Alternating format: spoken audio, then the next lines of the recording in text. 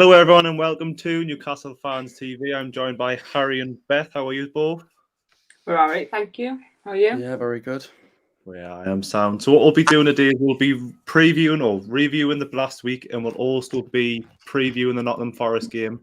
So Beth, how did you feel like the Atlanta friendly went on Friday?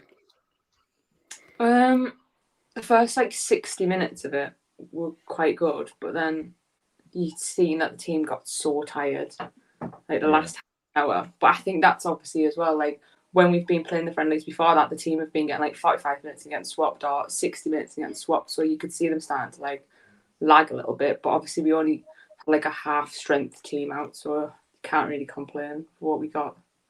It was a good result as well. Yeah. How did you watch the game, or were you too busy in a field?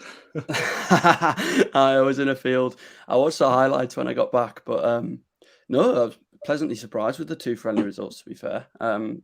Obviously against two teams that finished 8th in their respective leagues last season. It was very good from what I saw. I was very impressive. Did Elliot Anderson play against? It was Bilbao, wasn't it? I thought he looked No, he very played good. against Atlanta. Atlanta. Yeah, sorry, my bad. I was pleasantly surprised. I was very impressed, to be fair. Yeah, he doesn't look out at all, does he? Well, you never know. It was just a friendly but it'll be interesting to see what he's like in a Premier League, because I think played 4 minutes against Arsenal both times. I think one was in the Cup and one was in the Premier League, and he had nothing really to do. So what did you make of the Bilbao game? Because obviously it was a complete different team. I think it was the first time Botman had played at St James's Park. Beth? Am I going first again? Ladies first. I enjoyed the Saturday game a lot more. It was a lot more exciting. We looked more threatening, but obviously the first game we had more of our defence out, what you'd expect to be in the start 11, and then the second game we had more of our midfield, our attackers that you'd expect to play. Obviously that's going to give you more exciting football, really, isn't it? But we looked a lot more comfortable, a lot more threatening, and it was just more exciting overall. Yeah, do you think that'll probably be most of the team that played on Saturday will probably start on Saturday? I would think so. There's only a few, wouldn't Yeah. Yeah. What did you make of the game, Harry? Or the highlights? Good again. I thought we're talking about Bilbao, aren't we? That Maxi goal was incredible. I thought that was really impressed by that, and obviously Wilson taking the lead early again. I was pleasantly surprised again with our result. Obviously we took our foot off the gas a little bit in the second half, made some changes because you could see Bilbao coming back into it. But no, pleased again. I saw today on Twitter, I saw just an unreal ball from Sven Botman through the middle. I think he's played at Joe Linton. I was just incredible. I can't wait to see him hopefully play on Saturday. Fingers crossed. Yeah, when I think me and Sam were sitting next to each other, it just seemed like he was just not getting out of first gear, really. Sven Botman, he was just so easy. He was just shrugging players off, getting the ball off them. It was he was just effortless. It seemed like he actually didn't care because it was that easy for him. Do you know what I mean? It was a bizarre thing to watch, but I think you can tell him and Bruno are the next level above everybody else, in the respective departments. It just looks so natural to them, doesn't it? They don't actually need to make an effort to look better than the players that are around them. And that's no disrespect to the players around them, but they are just naturally brilliant footballers, aren't they? They're so gifted. So they don't even need to think to do it. It just does it. But it's just isn't it? Yeah. So what we'll do now is move on to transfer rumours. Obviously, we've had 2 bids rejected for James Maddison. Harry, I'll let you go first. What do you think of James Maddison, and would you sign him for? I think it was 60 million the one for him, or they've reported saying they don't want to sell him. So. Yeah, no, I think it's definitely a player that we all want. It's definitely someone that none of us would turn up our nose at him. I know he's a bit of seems to be a bit of an annoyance when he's on the opposition, and he's very frustrating to watch. For instance, people say he dives, or some people say he gets injured, which I think is a bit ludicrous. But no, I think definitely is a player that we should be looking to add. But obviously, it looks like they don't want to stump up the cash at the minute. I think 60 million is a bit high, but I don't think Leicester will actually hold out for 60 million given their financial situation. I think they need to make money, but I think Leicester need to sell Fofana or Maddison, and it looks like Fofana might be going to Chelsea. So I don't know. I guess we wait and see. To be honest, it doesn't sound like we're making a third bid, but I would like to see us sign Maddison. It's not a priority, but it'd be good to see us sign him. Yeah. So what would be your ideal price for Maddison? Would you go over 60, or would it be like high 40s, mid 50s? I'd say we'd be looking at 50 million ish, around about that, and I think Leicester would accept that. You don't want to go too high for him because obviously there's FFP and we need to make money in before.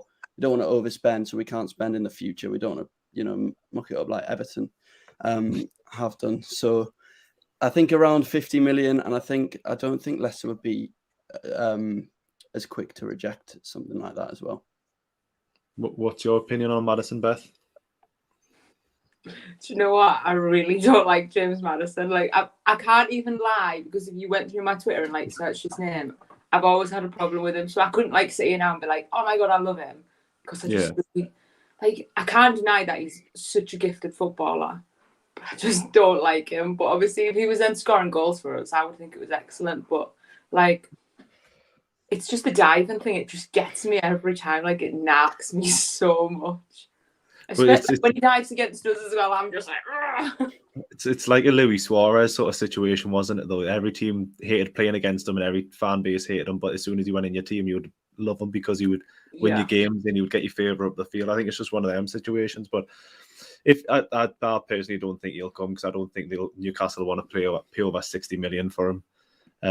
60 million's a lot of money. Do you know what I mean? We could have nearly signed 2 Joelintons by that, wouldn't that much? And I don't think he's anywhere as good as Bruno, and I think you've probably got to compare him to the midfield prowess. But there was news dropping today that Maxwell Cornet went to West Ham, or he's got a medical at West Ham because it triggered his release clause. I think he was one of Burnley's star players last season. What do you make of that? Because I think we're heavily linked with him for a while. I think that price for him was a bargain, wasn't it? His release clause was like 17.5 million. Like, I think that's a deal we should have been doing. Like, that release clause is a bargain. He's a footballer, and he would offer us so much in a position that we actually need to strengthen in. Because he also played with Bruno as well. Obviously, it seems like every player we just want Bruno just to have his mates around him. All of his little mates. Yeah. Next season's going to be the Leon strip, isn't it? Just to make it feel a bit more at home. Everyone just buy a yellow top and just stick a Brazil badge on it. But Harry, what did you make of him? Cornet would have been a no-brainer to sign. I think it would have been an absolute bargain. I agree with Beth there when she says that. I think he scored 9 goals and he was injured for 12 games last season for Burnley. Great numbers when he's playing on the left sometimes and playing through the middle. I think obviously he would link up with Chris Wood well if and when Wilson's injured, because he played with him last season, and I know they did play well together. I think it's a shame that he's going to West Ham, because obviously we'd like to be competing with them for 7th, 8th spot. So it is a shame because he's gone to a sort of a rival. So that's a shame, and it is a real bargain. I think Cornet would be easily worth 25, 30 million. So 17.5 million is a great bit of business for West Ham, I think. Yeah. Speaking about a goalkeeper, obviously Martin Dubravka was linked to Leicester because obviously Kasper Schmeichel has moved on to Lyon, I think. Oh, well, no, it was Nice. Sorry, I think he's moved to Nice. Yeah. Would you sell Dubravka to Leicester, or would you not want to sell him to another Premier League team? Well, so this will come back to James Maddison again. If we were to offer, let's say 45 million, or just between 45 and 50, and then put Martin Dubravka on top of that, what would you think of that? Would you be happy to pay that for James Maddison if Leicester were to accept? Yeah, but then I've also heard that they'll also input that they don't want the rest of Perez's money as well.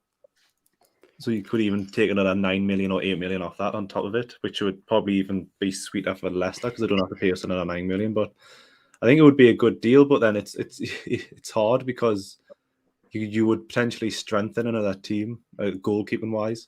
Obviously, you would take a very good midfielder off them, but then you would strengthen the goalkeeping because I think probably, arguably, Dubravka is slightly better than Kasper Schmeichel. I think the thing is, I wouldn't get rid of Dubravka anyway because for me, I would start him with a Nick Pope. Yeah. I really would. And like on the game that he played on the Saturday, there was a save, and I just thought, yeah, Beth does love players, but Martin Dubravka, like, he's a very good shot stopper. Like, he does make some good saves, and obviously he makes his mistake every now and then, but all of the goalkeepers do. Yeah. And I would hate to see him play for another team in the Premier League. Yeah, no, I know what you mean, but competition for places is always good as well. But I just think with Nick Pope now, Martin Dubravka, it's much for muchness who's better. It's kind of, you're picking one or the other. It's probably most people are split 50-50. And I think if we can get James Maddison to strengthen us with Dubravka included, I think it is a bit of a no-brainer. I don't think there's too much other interest in Dubravka. So for me, I'm not too bothered about letting him go. Obviously, for keeping Darlow as well. But he is a great keeper. Obviously, Darlow was heavily linked at the start of the window to go to Middlesbrough, wasn't he? That just seems to fall flat on the face. So it might be that, because you can't really imagine Dubravka wants to be number 2 at this point in his career. Do you know what I mean? He'll want to. I could see him moving late in the window, just going, because I think Eddie Howe might even say Pope's going to be number 1. Yeah, I mean, I guess we'll find out on Saturday and in the weeks to come when games start being played. If it is Pope, and it's definitely going to be Pope, then maybe Dubravka will start making more noises about leaving, because he said recently he's not bothered by the competition and he's happy to stay for now. But if Nick Pope is number 1, I don't see him being happy to stay, to be honest. Yeah. I think the thing is, they're two very good goalkeepers, aren't there? And it's like a good position for us to be in. But for them personally, both of them are going to want to be playing week in, week out, aren't they? So it's like any goalkeeper, though, isn't it? There's only one position, and if you're not on the team sheet, it's very highly unlikely you're going to get played. Yeah. I don't even want to read that comment. That just came from the screen. Just some other news. It looks like Gini Wijnaldum's going to go to Roma from PSG. It didn't really work out for him at PSG, did it? So good on him. I haven't really seen many other transfers lately. It just seems like we've just went a bit flat on the transfer front. Have you seen anything? Or we were linked with that young winger earlier on, weren't we? Sulemana, yeah. Other than that, I haven't seen. I haven't seen much. I know. Swim. Steve's saying he's good. That's all we've got about it. Yeah, there was a bit. Steve did a bit in a video on the channel, which I'm sure you can find if you're interested in finding a bit more about Sulemana. But yeah, I haven't seen many other transfer rumours, to be honest.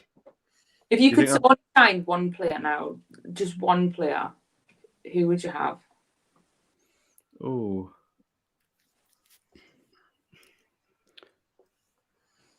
Go on then, Beth, saying as you put on the spot, let us think and you answer. I started laughing then because I knew you were going to ask me and my brain blank.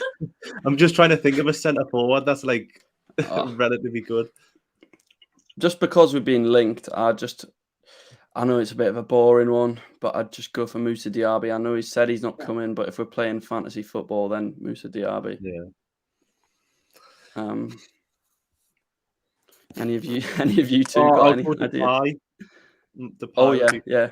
Because I think that's a good shout. On a free. On a free, yeah. Boss, I want rid of him, so I would take Depay on a free. That's a good shout, actually, because he could play up top and he could cover on the wing as well. So yeah. Again, and his numbers for the net are unreal as well. Yeah, his wages. Yeah. Beth, you got one? Or are you sticking with Depay? Oh, okay. You kind of have copying, are we? I'd re-sign Martin Dubravka on a lifelong contract, and I would never let him go, and I'd give him the number 1 shirt forever. Just play him in every position. Tell you what, one not linked to us, but who we were linked with, I think last week or the week before, Benjamin Sesko looks like he's probably heading to Man United. It's nothing too concrete, but I think he's heading towards Man United. I think Fabrizio Romano's been tweeting about that. Had either of you ever actually heard of him before the rumour came about? No. I'd heard of him on Football Manager. Yeah, but that's about it.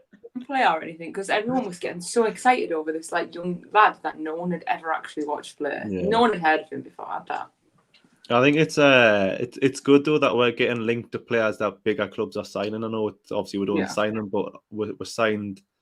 We're linked with that player that Liverpool signed for 80 million. We're linked with that Benjamin Sesko. We're linked with every top talent, but we just seemingly don't want to play over the odds. 80 million for that Nunes was maybe a bit too much. Do you know what I mean? But it's Liverpool's money, so they can do what they want. But I think Man U will probably pay over the odds and give him stupid wages, and then he'll be terrible. So it is good in a way. We're not getting linked with Championship players anymore. Yeah.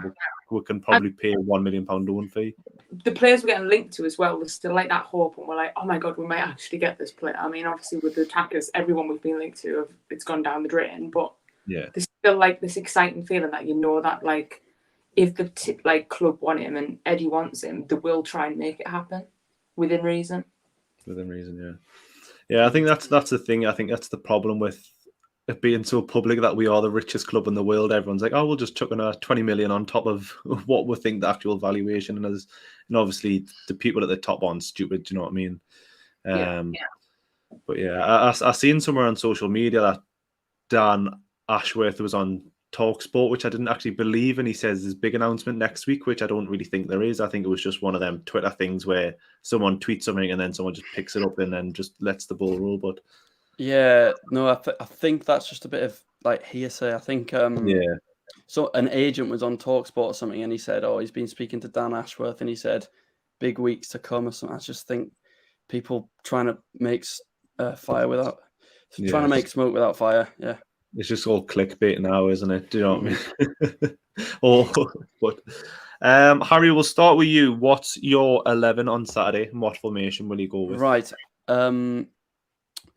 So I would this difficult one, starting with the keeper. Obviously, I would stick with the 4-3-3 that Eddie Howe's got going on. So I think I would go for Nick Pope in goal, just because I think that's what he's going to do. This is more of a prediction than my 11. I think that's what he's going to do because he's brought him in for a reason. I don't think we particularly needed a keeper, but he obviously taken a fancy to Nick Pope, who's available on a good deal. So I think Nick Pope will play in goal. I think obviously Kieran Trippier will be playing at right back. I think that's an absolute no-brainer. I would like to see Fabian Schär alongside Sven Botman at centre back. It's harsh on Dan Burn that, but for me, you've got to play Botman, and I think a left foot and a right foot gives a bit more balance. I think Fabian Schär, not that he deserves his place more than Botman, but it just feels right. And Botman and Burn feel quite similar. They're both very tall and not very agile, and Botman's just that little bit better on the ball. So I think that's what I would go with. And then at left back is Matty Targett, obviously. Haven't seen too much of Jamal Lewis at all, really, in pre-season. And is he not injured, I think? I think he was. I think he got injured in Austria. Yeah. And then Paul Dummett just can't cope, obviously. He got rested in pre-season. So that says a lot, really. So, yeah, Matty Targett at centre-back for me. Sorry, left-back. Bloody hell. And then we're going Bruno in DM. Again, an absolute no-brainer.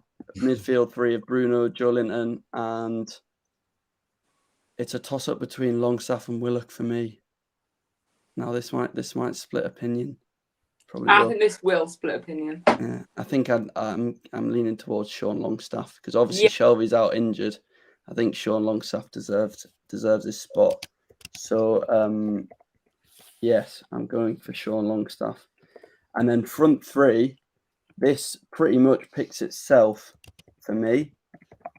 I know Liam likes Miggy because he runs a lot, so I'm going to put him in at right wing for you. and Maxi has to go on the left, and Wilson up top. I think that's what Eddie Howe will go with on Saturday. Sorry, I think that's what he will do. Thoughts on that? I think my team is exactly the same, like genuinely exactly the same. I think Sean Longstaff gets in over Joe Willock for a little bit more like balance and he's been playing very you good. would start the Bradford over Pope. No, right. I think what Eddie will go with is Nick Pope. Otherwise, I would have Martin Dubravka playing goalkeeper, striker, centre mid, centre back, anywhere as long as he's on the pitch. Yeah. Yes. Sorry, so that's my team. I just brought it up. Any you two make any changes then? Beth, I know you just said you agree, Liam. I do think that's going to be the team, but I could probably agree with you. I probably would have just started Dubravka over Pope just for out of pure loyalty. I think it's really Dubravka's position to lose, if I'm being honest. Yeah. What have I done there? Hang on, I'll take this off. It's all right. There we go. So yes, that was our team. I do think though, like Martin Dubravka, like it should be his position to lose. Like Liam just said, like he should be in goal. If he makes an error, then Nick Pope gets his chance, and if he's playing well, like it happened at Man United. Like Dean Henderson was in goal, he was having a whale of a time, and then he got COVID, and then De Gea came in, and Dean Henderson was told, wasn't he, like, you're going to come back in because you were playing so well. But then David Gea was playing like incredible in goal, so then he earned his place back, and they both got a chance. I just think Nick Pope is destined to start. I just think he's been speaking so positively yesterday. I think he did an interview with The Athletic. He was saying Newcastle in the future is going to be a really good pathway for England players, which is obviously hinting at him wanting to play for England at the World Cup. So I think he wouldn't have come to us, because I'm sure there were other Premier League teams interested. He wouldn't have come to us if he wasn't going to have a very, very good chance of being number one. Yeah, he had that conversation where he knew he was going to get sort of game time. Yeah. I think that's going to be the problem with a lot of players, is they don't want to be sitting on the bench, because obviously the World Cup's only 3 months away, and every player is going to be playing first team. Obviously, every player wants to play for the country at the World Cup, so I think we'll see a lot of players potentially moving later on in the transfer window if they're not guaranteed first team football. I think after the first weekend or two, when players have a rough idea if they're going to be in a starting 11s, they're going to be wanting moves, aren't they? That could be when we do most of our business as well, when there's players who are not getting their place in other teams. Then we could see that as an opportunity for us to do some business. So, but I don't think you could go into this window this season so far with the business. Obviously, when last season ended, we all wanted a striker, we all wanted a winger. But you can't go into the game on Saturday and think, oh, God, the business is being terrible. What is going on? Because the team has been strengthened. And last January, everyone was crying for Sven Botman. And now we've got Sven Botman. So you can't be, kicking off and things. I think no matter who we signed or what position we signed, someone will always be unhappy on Twitter. Regardless, Newcastle could win 5-0 and a player would score an offside goal and someone wouldn't be happy about it. You know what I mean? I think you're always in a no-win situation with Newcastle United fans on Twitter, which is a bit bizarre. When we start tweeting me or dad when we lose or we haven't signed a player, but it's a weird one. But I just think, obviously, I think that it's going to be a mad atmosphere on Saturday, because I think everyone's going to be up for it. It's probably the first time in 17 years or however long it is that we're actually looking forward to the season instead of just going there just dreading watching the game. So what do you think the score will be on Saturday, Harry? It is difficult, obviously, because it's first game. I think we'll win, and we'll win reasonably comfortably. I think we've obviously got a fully fit squad, so I think our team looks strong, to be honest. And I know we need to add depth, quality and depth, but I think our team looks strong. I think I would go for a 3-1 win for me. I think Callum Wilson get on the score sheet, possibly Miggy. Have you been impressed with Miggy? I know I think he got like 5 or 6 goals in pre-season, a couple of assists, because that's what he needs to add to his game, doesn't it? Like he puts the effort in, but then sometimes the effort's not enough because he doesn't produce the end product. So we've seen glimpses throughout the last couple of seasons, but I think this is his make or break season in Newcastle. And I feel like people also think that with ASM as well. Yeah, especially the way we're talking about adding attacking talent, we need to do it now. And if Miggy and ASM don't prove themselves, they'll probably be looking to add more next summer as well. So ASM obviously provides a lot more in numbers than Miggy does, but it's still realistically never enough for his talent and ability, his flair. It doesn't necessarily make it worth a while if he's not going to score and assist more. He needs to do more. And obviously this is make or break for Miggy. The form he showed at the back end of last season and the form he's shown in pre-season, he has to kick on now. If he doesn't kick on now, then I think it'll be curtains for him in January or next summer.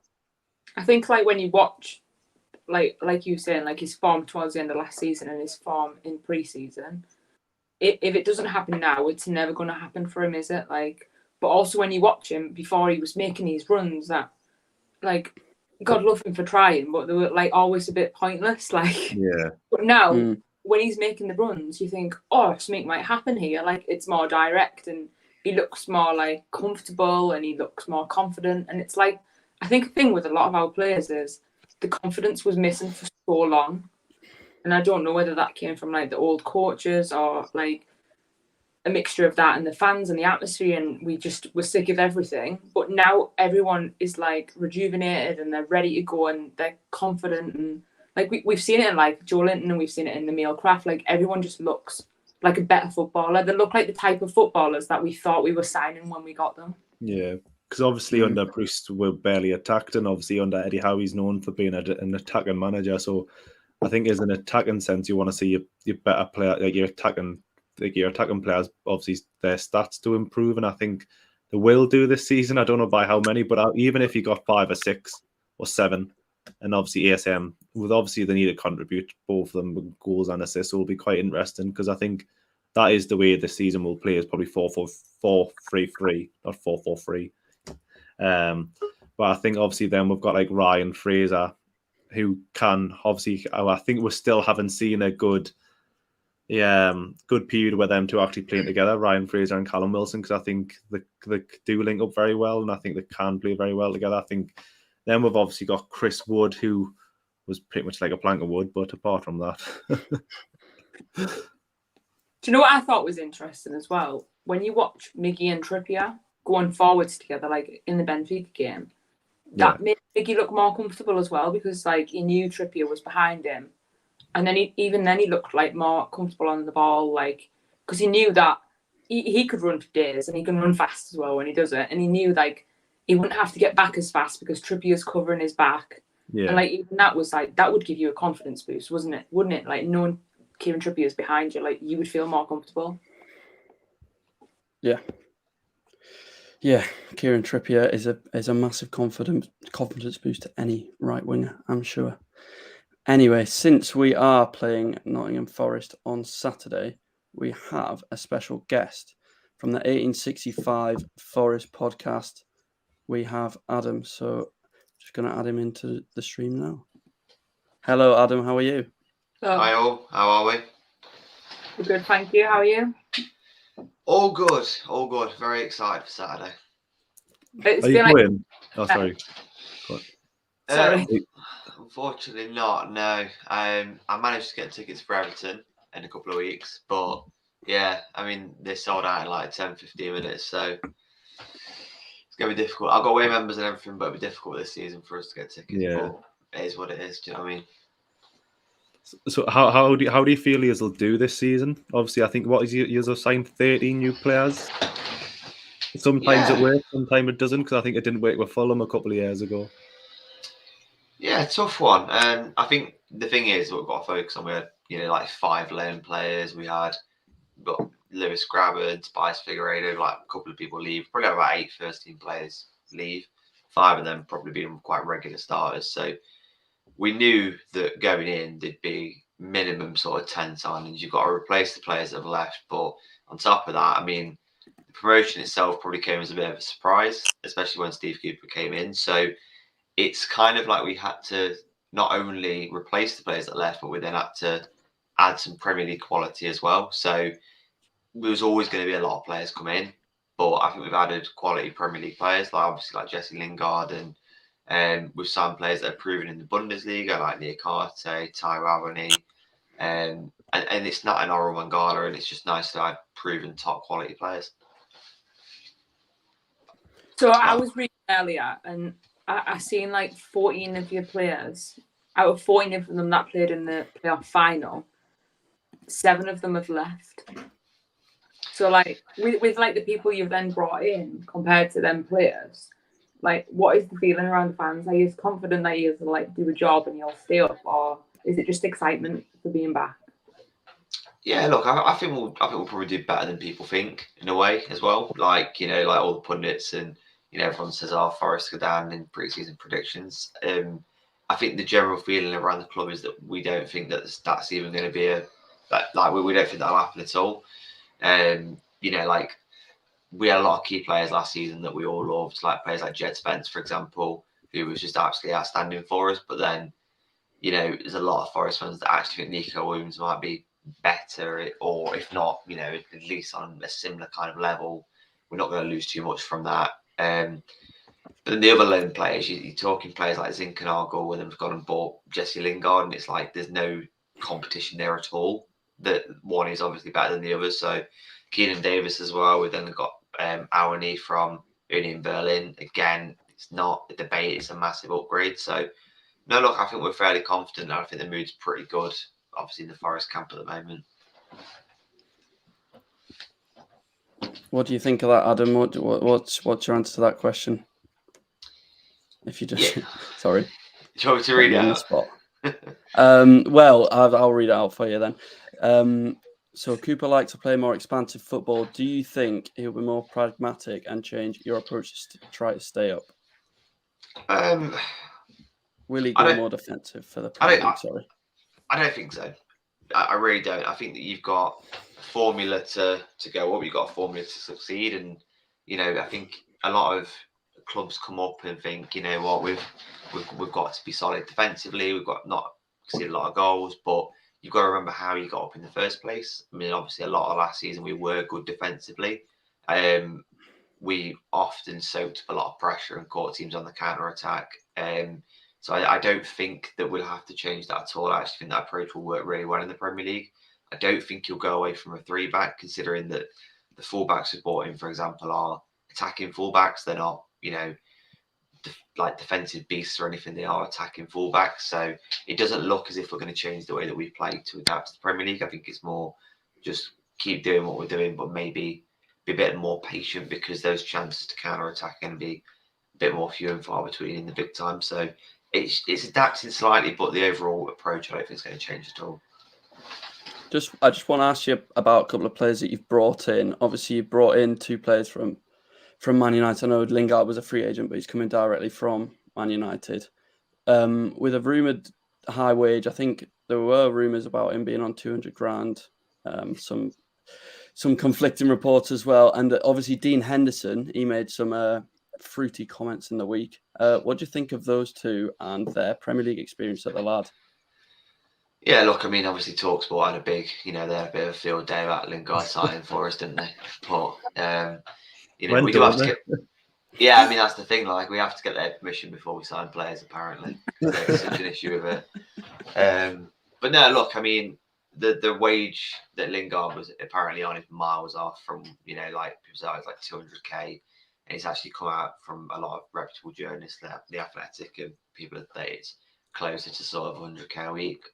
It's Premier League wages, and ultimately signed on a free. You know, he's got a 1-year deal. Again, that also has been, you know, picked up on, saying that he thinks that, look, he's going to be leaving a sinking ship and all that sort of stuff. And again, I think it's more, you know, it will take him for a year. And I suppose that if he does well and we stay up, he'll stay for another year. That's certainly the plan. Dean Henderson, I'd more than expect if he has a good season for Forest and we stay up. And, you know, I think he'd probably be interested in coming back here with us. I don't disagree with what he said the other day, but I think maybe he needs to look at some context there. I mean, he was offered a first team place, and he was offered the number 1 shirt, but then obviously when he went out with COVID, David De Gea was brilliant, and David De Gea last season was fantastic, and it was always going to be difficult for him to get back in that side. So he may have burnt a few bridges with Man United on those comments. I wouldn't see him ever going back to United now, but he's a massive signing for us, and he's a huge asset for us. Yes, just out of interest then, if you did stay up, would you like to see him stay with Nottingham Forest? Do you think you got a good chance of making that happen? Yeah, definitely. I think he's gonna. It would take a lot for him. Don't get me wrong, but the first couple of months of the season, he's going to hope that he plays really well for us. He will want to go to the World Cup. He will want to be an England international again. So, I'd love him to stay with us if we have a good season. Obviously, it's hard to tell. We don't know how the season goes. We don't know how well he plays, how that sort of thing. But I think if we stay up, I think he'll be a big part of why we did. So I'm sure we'd welcome him back on a permanent. How would you think Brennan Johnson's going to play in the Premier League? Because obviously last season he was incredible, and I think if you hadn't got promotion, there would have been teams in the Premier League, like maybe like the bottom half, that would have wanted to bring him in. So how do you think he'll cope with this? Yeah, look, I mean, Brennan would have almost certainly left. I don't think there's any doubt about it. If we didn't go up, Brennan was definitely gone. We probably knew that. But it says a lot about our stance that we rejected what was rumoured to be about £25 million from Brentford in January, because we thought we'd go up, and we did, and it paid off. I think he did that really well to the Premier League. I think his style really does suit the way that we play, and when we catch people on the counter attack, he's so fast, and he's an excellent finisher. It's a part of his game that he's really, really improved on. He got obviously a lot of goals, a lot of assists last year, but he also scored against Leicester. He also played well in the Premier League games that we did go up against the Premier League teams that we did play in the Cup. So I've got no doubt he did that well to the Premier League, and I think that if he had gone to a Brentford, or he'd gone to one of the other teams linked, obviously Everton, last season, I think he would have done really well. So I've got no doubt it'll be fantastic for us. Liam, do you want to? Yeah, I was just going to just talk about the game on Saturday. I think it is Saturday. I haven't really seen the fixture when early, so I'm hoping it's Saturday. How many of the new signings do you think he'll play on Saturday, or do you think he'll try and go with a bit of a mixture of established players and they'll bring in a couple of the new signings? Yeah, I mean, obviously in goal, we know that we're going to have a big change. Obviously Bryce left, which was disappointing for a lot of Forest fans, including myself. But so obviously it will be Henderson in goal. We know that. I can't see us going away from a back three, but I'd imagine that Worrell and McKenna from last season will start. I would probably say it'd be Niakate who joins in the back three, but midfield is going to be a complete change from last season, because I don't think Yates will be fit. Certainly not fit enough to start, I would have thought. So I'd probably say it's going to be Mangala and O'Brien, unless Colback plays. But I wouldn't have thought so, to be honest. But it'd be, you then go Toffolo, Williams, and then probably Lingard and Johnson and Awani. So a few, but 3 or 4 players I've counted there from last season, which it's worrying, because obviously it does take time to gel. It does take time to get a new system. It takes time to kind of get these players playing together as well. So we know that that's going to be difficult. But I'm sure they can. But no, look, Saturday's going to be a tough game. I don't think any of us got any doubt about that, especially where your aspirations lie. Who are you most worried about from our team? Who's the biggest threat to you, do you think? Yeah, look, I mean, I don't know where your injuries lie. I don't know if you've got any players out that but no, we're actually fresh. Okay. Shall we? No, it's a shame. But usually plays unreal against you as well, so you're lucky with that one. Yeah, I mean, look, obviously saint-maximin, and you'd definitely be worried about, especially with our attacking fullbacks. Callum Wilson, when he's fit, just will score goals in the Premier League, absolutely. Like Bruno Guimaraes is a fantastic centre midfielder.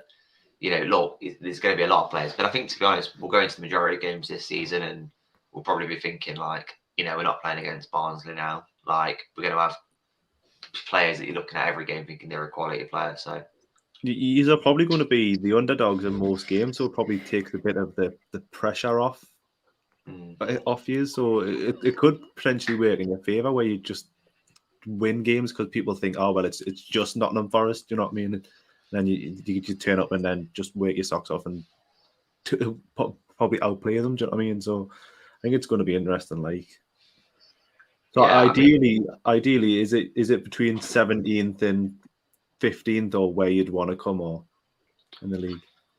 It depends who you ask. If you ask our owner, no, because he wouldn't accept that. He wants us to finish higher than that. He wants us to finish mid-table. But I think if you ask most Forest fans, they'd say, look, stay up. That's your main thing. But look, I think we've got players that are good enough to deliver us higher than just staying up. But then that's also a case of all these players gelling together, all these players all working at the same time. That's difficult to do. But I think most Forest fans probably take 17th, to be honest. I think like the thing is with like the Premier League, it's so hard to like, predict things before it starts, because like when you look at like when Bournemouth first got promoted, and obviously they had two Eddie Howe, so that was a different story. But like when they first came up, like moving up the table, like no one expected that, and you would never have sat here before the season started and predicted it. And most of their fans wouldn't have predicted that happening. But like you never know what team's going to come up and actually be able to compete. Like, it's just unpredictable English football, isn't it? Just to put you on the spot, Adam, who do you think is going to go down this season? I think Bournemouth and Fulham will both go down. I don't see. I mean, especially Bournemouth. I think that their recruitment's been fairly average. Both times we played them, it's kind of funny they did take 6 points of us, but the first time wasn't Houghton, so that doesn't really count, obviously. And the second time, obviously, was when we had obviously Sam Surridge penalty gate. But look, I think Bournemouth and Fulham will go down. I really don't think it will be us. I think that Everton are in big trouble. I think Southampton as well, you know. Mm-hmm. Yeah, Southampton's like players they've brought in. They've just been a couple of young lads, haven't they?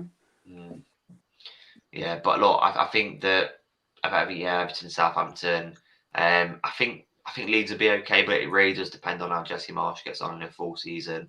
They brought in some decent players, but again, they were struggling last season, and they brought in younger players, which makes it hard. But I really wouldn't put us in that conversation personally. Yeah, I know you guys might, but I don't think we will be.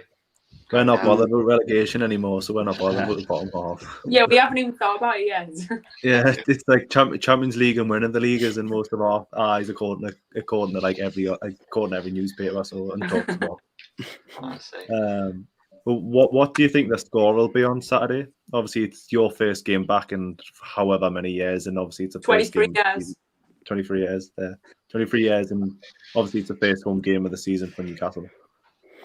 Yeah, look, I mean, I'm 24, so it's the first Premier League game I've watched. Do you know what I mean? So like, it's look, the place will be bouncing. You guys, last season you had half a positive season for what happened. So this season is your first full season that you can really go right. We're going to do something this year, and actually believe it when you say it, because we all say it. But like, no, look.